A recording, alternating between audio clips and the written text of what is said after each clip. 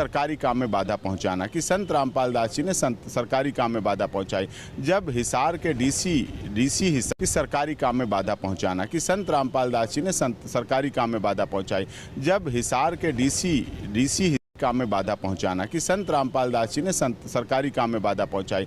जब हिसार के डीसी हिसार काम में बाधा पहुंचाना कि संत रामपाल दास जी ने सरकारी काम में बाधा पहुंचाई।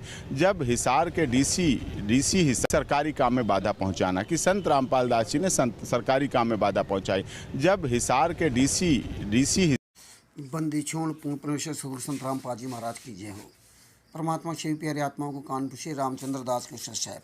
ये देखिए भगत जी 18 नवंबर 2014 के बरवाला कांड में ये मैंने आरएसएस गुंडे संत रामपाल जी महाराज को छुपा करके भीड़ से निकाल कर ले जाने का प्रयास कर रहे थे, और क्योंकि खुफिया विभाग अंदर था। देखो ये पोजीशन थी परमात्मा की, और खुफिया विभाग ने पहचान लिया तब इनको पकड़ा था वहाँ पे। और ये क्या कहते हैं कि गुरु जी ने स्वयं अपना आत्मसमर्पण किया था। आत्मसमर्पण तो कई तारीखें दी थी, उसमें नहीं किया था। 19 तारीख को दिया था, लेकिन 18 तारीख को परमात्मा को अरेस्ट कर लिया था पुलिस ने। तो ये पोजीशन थी, आप देख लीजिए। ऐसे छुपा करके लेके जा रहे थे भीड़ से, लेकिन वहाँ खुफिया विभाग पूरा लगा हुआ था।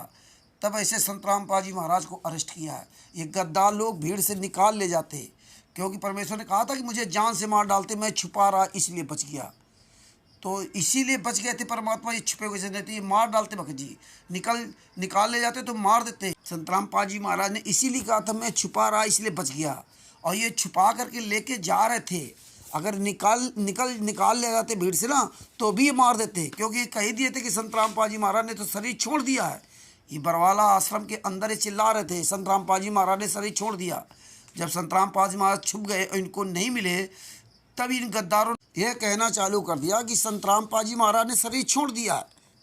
जब नहीं मिले तो इन्होंने कहना चालू कर दिया शरीर छोड़ दिया। जो भी बरवाला आश्रम के अंदर थे वो उनको सबको पता है। और ये भीड़ से निकाल के ले जा रहे थे, ये सरेंडर नहीं करते, क्योंकि खुफिया विभाग वहाँ लगा हुआ था। तो भीड़ में संत रामपाल जी महाराज को पहचान करके पकड़ा है।